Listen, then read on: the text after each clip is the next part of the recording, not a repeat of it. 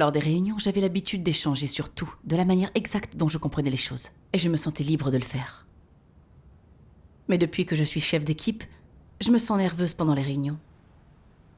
Craignant toujours que mon échange ne soit pas bon, et que les frères et sœurs puissent alors penser que je ne suis pas à la hauteur. Je me sens inhibée et vraiment déprimée. J'ai entendu dire que tu avais vécu une situation similaire. Comment est-ce que tu t'en es sortie ? Eh bien, en juin de l'année dernière, j'ai été élue dirigeante d'église. Sur le moment, j'ai été très heureuse. Et j'ai pensé que les frères et sœurs devaient bien m'estimer. Et que si tant de gens avaient voté pour moi, cela voulait dire que je valais mieux que les autres. Je me suis alors dit que je devais vraiment travailler dur pour bien accomplir ce devoir, afin que les frères et sœurs voient ce dont j'étais capable. Au début, étant très peu familiarisée avec le travail de l'Église, je faisais très attention de bien écouter et retenir ce que disait la sœur avec qui l'on m'avait mise en binôme. Je me disais sans arrêt, puisque je suis maintenant une dirigeante d'Église, je dois très bien travailler et accomplir des choses pour mériter ce titre. Je ne peux pas être quelqu'un qui n'accomplit pas de travail concret et qui est avide des bénédictions du statut. Comment pourrais-je paraître devant les autres sinon ? Je me suis aussi demandé comment bien accomplir mon devoir. J'étais confrontée aux frères et sœurs de l'Église tout entière. Certains accomplissaient leur devoir depuis longtemps et comprenaient plus de principes de la vérité que moi. Et si je n'arrivais pas à résoudre leurs problèmes, sans pouvoir en saisir la racine et sans pouvoir partager un chemin de pratique, ne penseraient-ils pas que j'étais totalement incompétente et que je n'étais pas apte au devoir de direction ? Je me suis dit qu'en tant que dirigeante, il était crucial que j'échange à un plus haut niveau qu'eux. Il fallait donc que je m'arme de la vérité sans tarder. Ainsi, quand les frères et sœurs rencontreraient des problèmes, je serais en mesure de les aider. Ils verraient alors que je possédais quelque peu la réalité-vérité et que je me débrouillais bien comme dirigeante.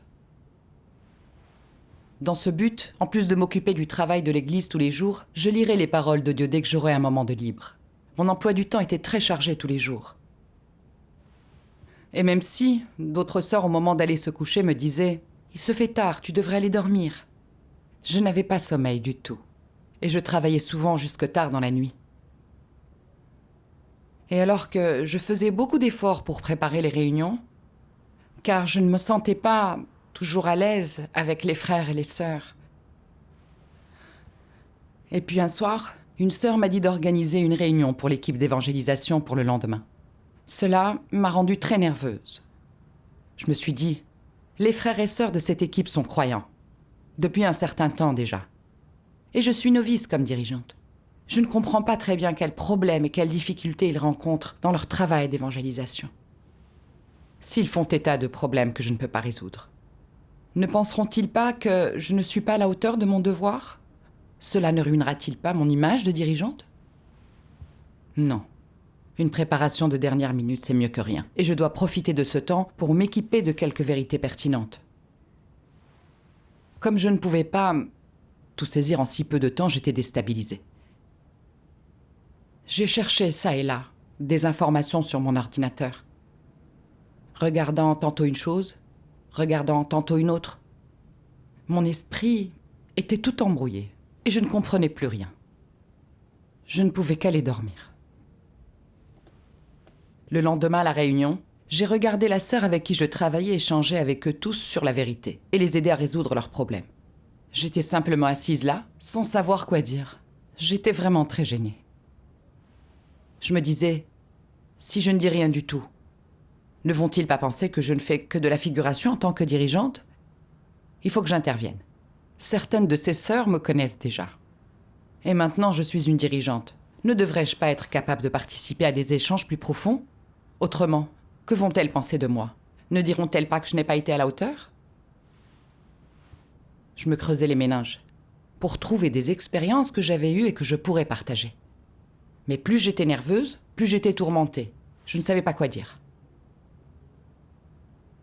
Pour qu'on ne se rende pas compte que je n'avais rien à échanger avec eux, j'ai écouté attentivement le discours de ma partenaire. Et aussitôt qu'elle a eu fini, je me suis empressée de résumer ce qu'elle avait dit. Cela montrerait que j'échangeais et comprenais mieux qu'elle. Et tout le monde verrait que je me débrouillais bien, que j'étais à la hauteur de ma fonction de dirigeante. Au fond, je savais très bien que tout ce que je disais, c'était la compréhension de ma partenaire que je m'appropriais. Je savais que c'était une façon d'agir vraiment ignoble.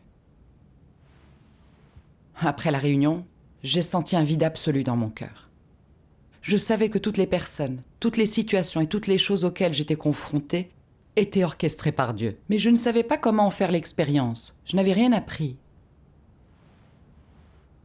À cette pensée, je me suis sentie très mal. Et j'ai même un peu regretté d'avoir accepté ce devoir. Dans les jours qui ont suivi, j'ai senti comme si j'avais une sorte d'énorme poids sur la tête. J'avais le cerveau embrumé, l'impression d'étouffer. Il m'était vraiment pénible de me retrouver confrontée à des problèmes dans le travail de l'Église et de ne même pas savoir par quoi commencer. J'ai prié Dieu. Ô Dieu, je veux accomplir ce devoir comme il faut. Mais j'ai toujours l'impression de ne pas être à la hauteur de la tâche. Je ne sais pas quoi faire. S'il te plaît, aide-moi à me connaître, afin que je puisse me sortir de cet état. Alors, comment t'es-tu sortie de cet état? Après cela, je me suis ouverte à ma partenaire et finalement, je lui ai parlé de mon état. Elle m'a lu un passage des paroles de Dieu, tiré de « Il faut avoir un chemin de pratique spécifique pour résoudre ces tempéraments corrompus ».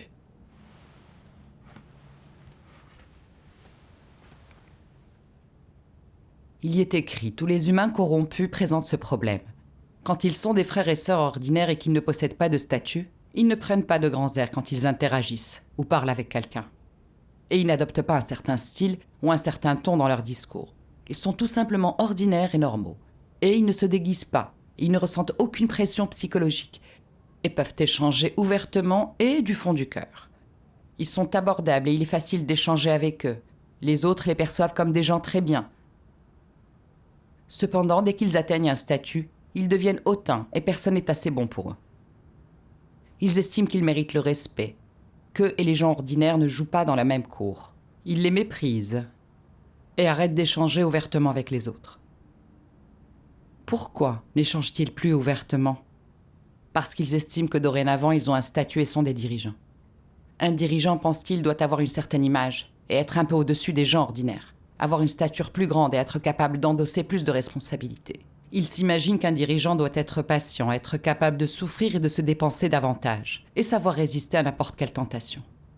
Il pense qu'un dirigeant, ça ne doit pas pleurer, même si plusieurs membres de sa famille viendraient à décéder. Et s'il doit pleurer, il doit le faire en cachette.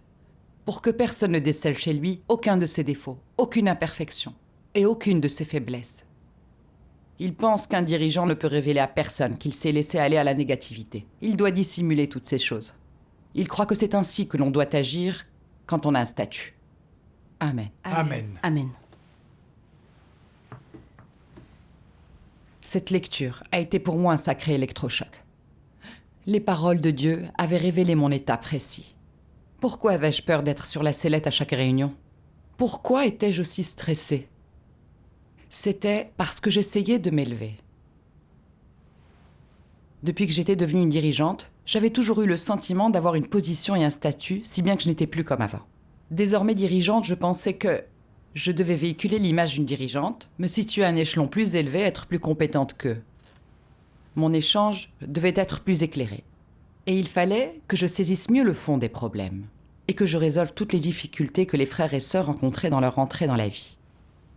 Je pensais qu'au cours des réunions, il fallait que je sois celle qui se distingue de la foule, quelle que soit l'équipe présente, et que c'était la seule façon d'être digne de mon titre.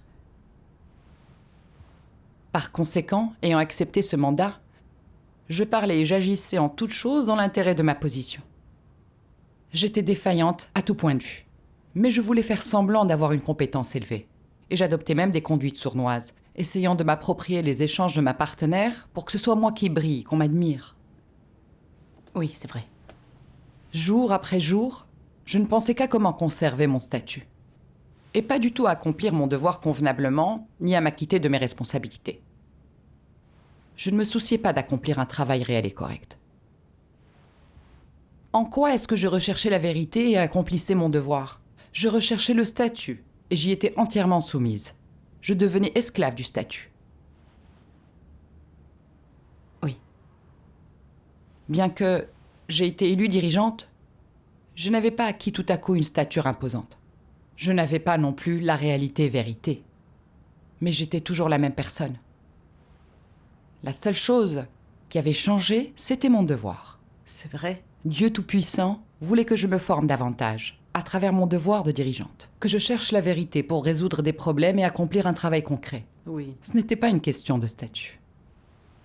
Cependant, je m'élevais au statut de dirigeante, pensant d'ailleurs même à tort être une dirigeante tout comme on exerce une fonction de responsable politique, croyant que cela consistait à avoir un statut. N'était-ce pas là le point de vue d'une incroyante ? C'était absurde. Oui. Maintenant, je comprends un peu mieux. Je me sens si nerveuse et abattue pendant les réunions parce que je n'ai pas les bonnes motivations dans mon devoir. En me permettant de prendre en charge cette commission, Dieu m'élève. Mais au lieu de chercher comment faire du bon travail, comment travailler aux côtés des autres pour compenser nos points faibles et gagner la vérité, je ne me soucie que de conserver mon image personnelle et mon statut. Ce n'est pas du tout suivre le bon chemin. En effet. Quand nous n'avons pas de bonne motivation dans notre devoir et que nous recherchons la gloire et le statut, nous ne pouvons pas obtenir l'orientation et les bénédictions de Dieu, ni atteindre aucun résultat dans notre devoir. De plus, nous finirons dans les ténèbres et notre vie en souffrira. Oui, Alors, comment as-tu envisagé ton expérience ? oui. Oui. Ayant pris conscience de tout ça, j'ai prié Dieu. Ô Dieu, merci pour ton éclairage et ton orientation qui m'ont permis de comprendre que si mon état d'esprit était inapproprié, c'était parce que je cherchais le statut. J'étais sur la mauvaise voie. Ô Dieu, je suis prête à me repentir et à chercher la vérité pour corriger mon état. S'il te plaît, guide-moi. Amen. Ensuite, j'ai lu un passage des paroles de Dieu. Regardons-en la lecture ensemble. D'accord.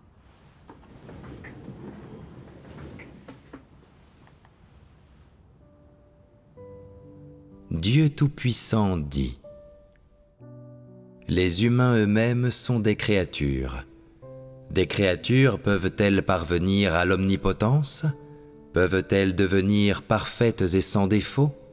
Peuvent-elles tout maîtriser, tout comprendre et tout accomplir ? Non, c'est impossible. Cependant, il y a une faiblesse chez les humains.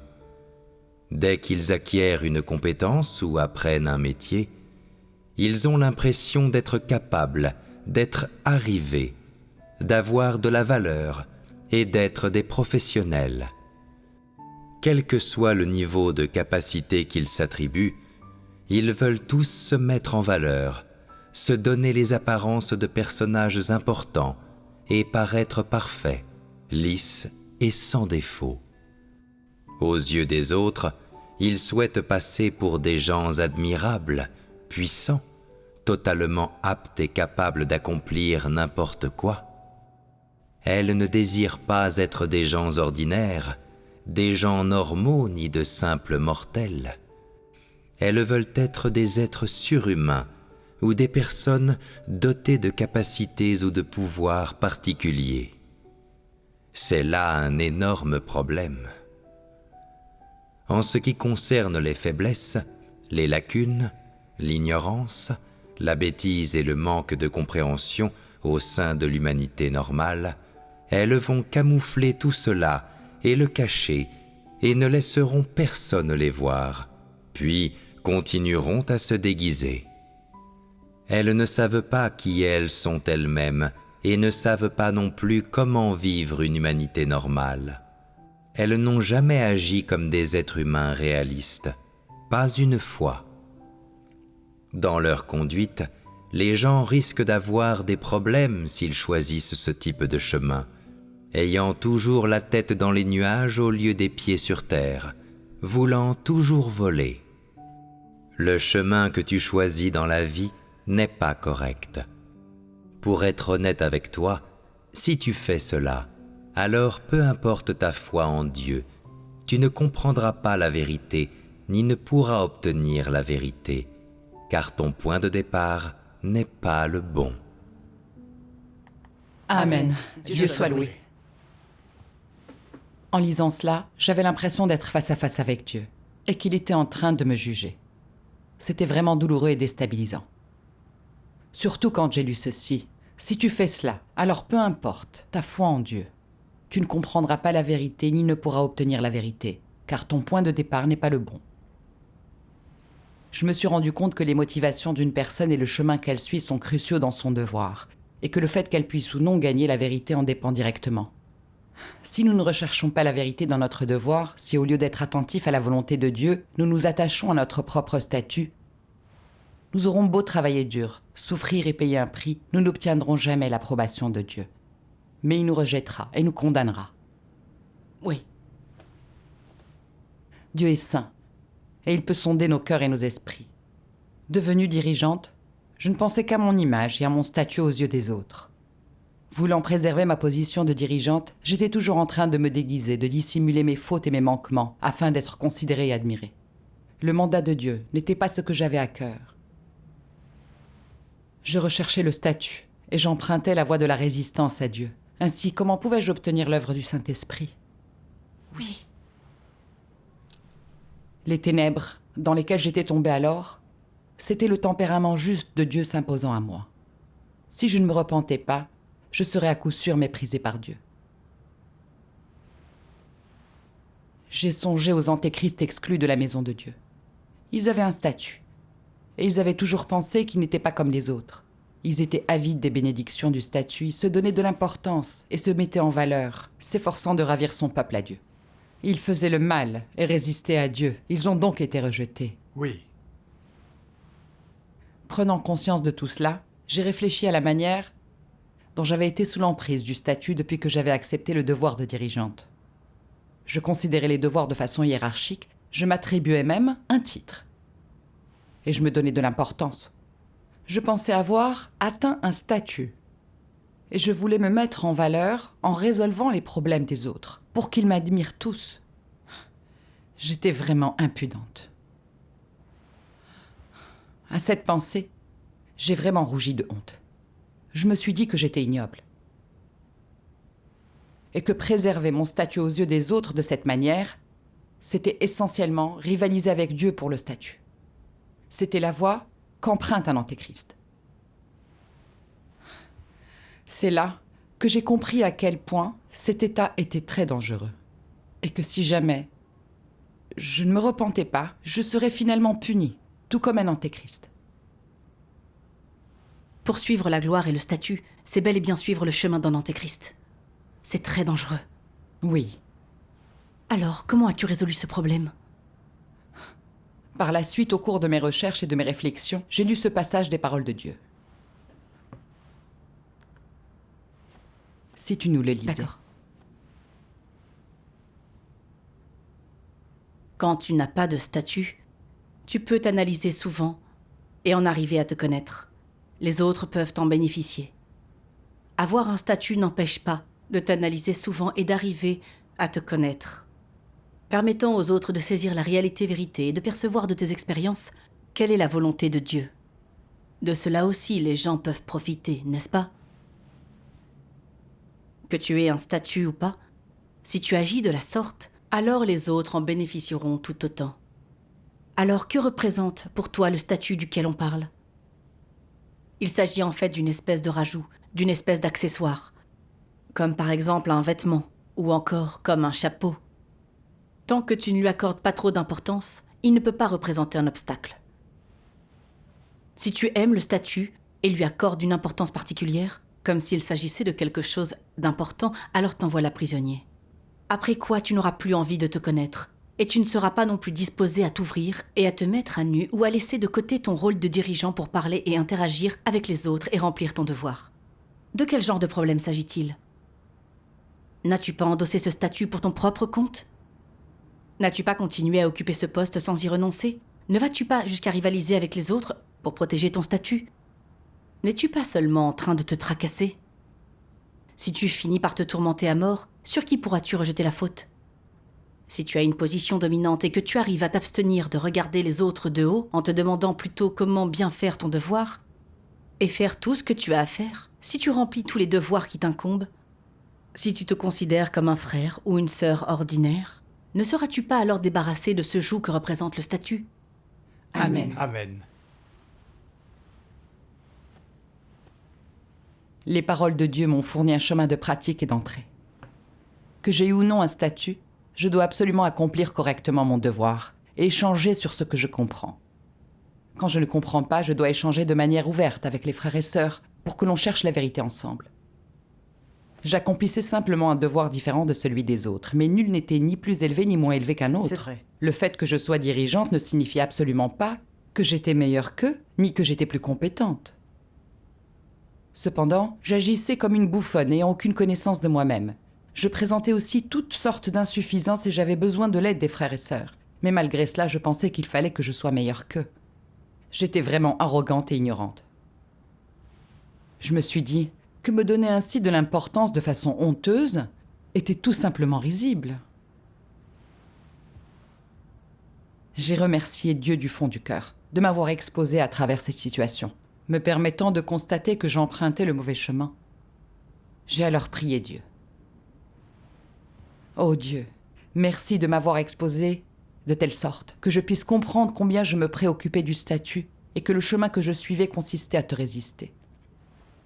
Je ne veux pas rester sur le mauvais chemin. Je souhaite me repentir, renoncer à l'idée de statut, changer mon attitude vis-à-vis de mon devoir et accomplir mon devoir conformément au principe vérité. Amen. Amen. Amen. Un jour, je suis allée à une réunion de groupe, à laquelle participaient 3 des frères et sœurs qui accomplissaient leur devoir depuis plus longtemps que moi. 2 d'entre eux avaient été dirigeants. Comme nous avions échangé sur la vérité qui m'avait aidé à résoudre des problèmes, j'ai été mal à l'aise à un moment de la réunion. Je craignais que si mon échange n'était pas très bon et que je ne parvenais pas à les aider, ils puissent penser que la réalité-vérité me faisait totalement défaut et que je n'étais pas apte à diriger. Je n'ai pas osé leur demander dans quelle sorte d'état ils se trouvaient, craignant qu'ils parlent d'un sujet que je ne maîtriserais pas. Je me suis alors rendu compte que j'essayais de nouveau de protéger mon image et mon statut, et j'ai prié en silence pour renoncer à moi-même. Et puis ces paroles de Dieu me sont venues. Si tu t'abstiens de toiser les autres en dépit de ton statut, en te demandant plutôt comment bien faire ton devoir, si tu fais tout ce que tu as à faire, si tu remplis tous les devoirs qui t'incombent, si tu te considères comme un frère ou une sœur ordinaire, ne te seras-tu pas débarrassé de la contrainte de ton statut? Amen. Amen. Amen. J'ai su que je devais adapter ma pratique aux exigences de Dieu. Et même si ma compréhension de la vérité était superficielle, j'étais disposée à m'appuyer sur Dieu et disposée à accomplir mon devoir au mieux de mes capacités. Guidée par les paroles de Dieu, j'ai été grandement soulagée. Et je ne me souciais plus de ce que les autres allaient penser de moi. J'ai échangé sur la compréhension que j'avais des choses. En entendant ce que j'avais à dire, les frères et sœurs ne m'ont pas du tout prise de haut. Mais ils ont tous dit que cela leur avait apporté quelque chose. Grâce à Dieu. Grâce à Dieu. Au cours de cette réunion, j'ai lu un passage des paroles de Dieu qui apparaît dans les principes que l'on doit suivre dans sa conduite.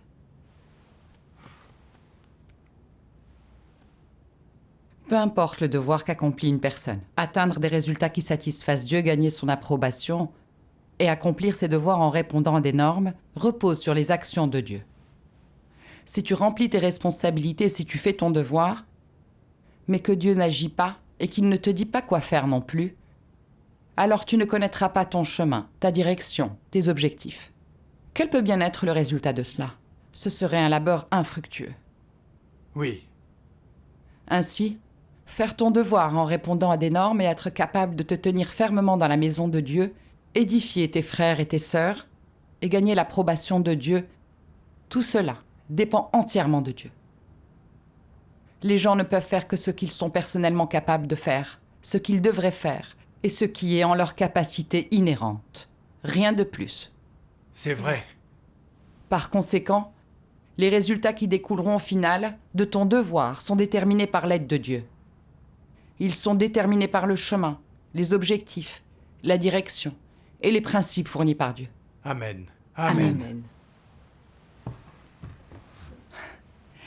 La lecture de ces paroles de Dieu m'a illuminée. J'ai compris qu'en réalité, c'était Dieu qui accomplissait et soutenait entièrement le travail de sa maison, et que nous les humains faisions notre devoir selon nos capacités. Cependant, sans l'œuvre du Saint-Esprit, sans l'éclairage et l'orientation de Dieu, nous aurions beau travailler dur à notre devoir, nous n'accomplirions rien. Dans notre devoir, nous devons comprendre ce que Dieu exige, porter ce fardeau dans nos cœurs, chercher et pratiquer la vérité en toutes choses, et travailler selon les principes. C'est la seule façon d'obtenir l'œuvre du Saint-Esprit et l'approbation de Dieu. Amen. Mon rôle en tant que dirigeante consistait simplement à échanger sur la vérité pour permettre la résolution des difficultés que les frères et sœurs rencontraient dans leurs devoirs et dans leur entrée dans la vie. Même si je ne pouvais pas toujours résoudre un problème sur le champ, je pouvais toujours en prendre note pour lui rechercher une solution par la suite. Oui. Ainsi, j'ai pu les interroger très naturellement sur leur état et sur les difficultés qu'ils rencontraient dans leurs devoirs. Quand ils m'expliquaient où ils en étaient, je calmais mon cœur devant Dieu et je cherchais et réfléchissais attentivement. De cette manière, je pouvais découvrir leurs insuffisances et leurs lacunes et me servir des paroles de Dieu pour qu'ils les résolvent et réalisent leur entrée. Oui. J'ai su que c'était l'orientation de Dieu. J'ai été enthousiasmée et j'ai vu combien il était libérateur de renoncer au statut. Grâce à Dieu. Personnellement, cette expérience m'a montré qu'en corrigeant mon attitude dans mon devoir, en me disposant sincèrement à accomplir le travail du mandat de C'est Dieu, vrai. en réfléchissant et en cherchant pour savoir comment bien accomplir mon devoir et comment obtenir les meilleurs résultats, je me suis très vite libérée de la servitude et des entraves du statut. J'ai pu Oui. profiter de la direction et des bénédictions de Dieu. Grâce soit rendue à Dieu. Grâce à ton échange, j'ai aussi un chemin de pratique.